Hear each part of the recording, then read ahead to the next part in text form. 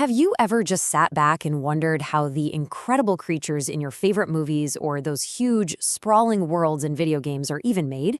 Well, it's this amazing mix of art and science, kind of like being an architect and a sculptor all at once, but in the digital world. So let's dive in and see how artists can take something as simple as a single point in space and turn it into a character you'll never forget. Right, so that's the big question, isn't it? How do you go from just an idea to a fully formed digital being that can run, jump, and show emotion? It's a really cool journey, starting from the absolute smallest building block you can possibly imagine, and ending with something complex and full of life. Okay, first things first, we need to talk about the digital blueprint.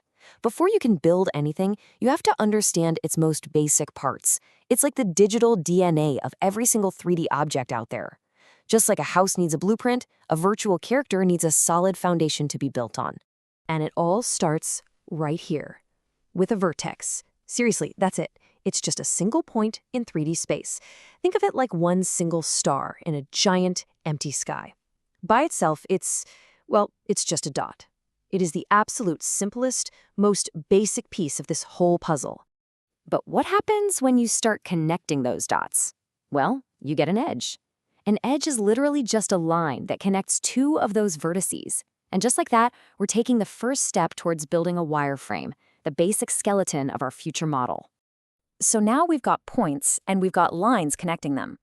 The next step is to fill in the gaps. And that's where a face comes in. By connecting at least 3 edges, you create a flat surface. And this is the moment our model actually starts to look solid, you know? It's like we've stretched a little piece of digital fabric over that wireframe. And once you put all of those vertices, edges, and faces together, voila, you get what's called a polygon mesh.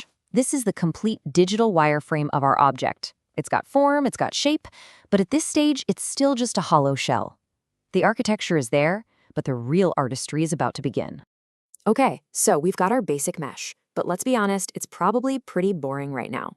How does an artist take that generic shape and turn it into something unique, something with character? Well, this is where they literally start sculpting with pixels. A lot of the time, artists will start with a base mesh. It's a super simple, low-detail model that just has the rough, general shape they're going for. The best way to think of it is as a lump of digital clay, just waiting for the artist to come in and start shaping it into something incredible. And there are 2 main ways they can go about this, which is pretty cool. On one hand, you've got polygon modeling. Think of this as being an architect. You're very precise, moving every single point, edge, and face, one by one, to build a really clean, structured model. Then you've got digital sculpting. This is way more organic, like being a traditional sculptor. You use these brush-like tools to push, pull, and smooth the mesh, just like you would with real clay. So at this point, our model has a fantastic shape, but it's still just a plain gray statue. To really bring it to life, we need to give it color, texture, all those little details. It's time to give it a skin. You know, I love this quote because it's so true. You can do all this amazing sculpting work, but until you add the surface details, it's just a shape. The realism, the grit, the personality, all of that comes from giving it a skin. So you might be wondering, how in the world do you paint on a 3D object? Well, it's genius, really. You flatten it. The process is called UV mapping. Imagine you have a gift box. To draw on it perfectly, you'd unfold it so it lays completely flat, right? You draw your design, then you fold it back up. That is exactly what's happening here. Artists unwrap the 3D model into a flat 2D pattern, paint the texture on that, and then the computer wraps it back around the model perfectly. And this is how they get that just jaw-dropping realism. It's not just one flat layer of color, no way. Artists use all these specialized layers called texture maps. They'll have one map for the color, another one to fake the appearance of tiny bumps and wrinkles, and even another one that tells the computer how shiny or rough the surface should be. It's this layering that makes things look so real. Our character looks incredible. It has shape, it has texture, but it's still just a statue. It can't move. To do that, we need to give it a skeleton. And that process is called rigging. An artist goes in and builds a whole digital skeleton inside the model, piece by piece. Every joint, every bone is carefully placed to control a different part of the mesh.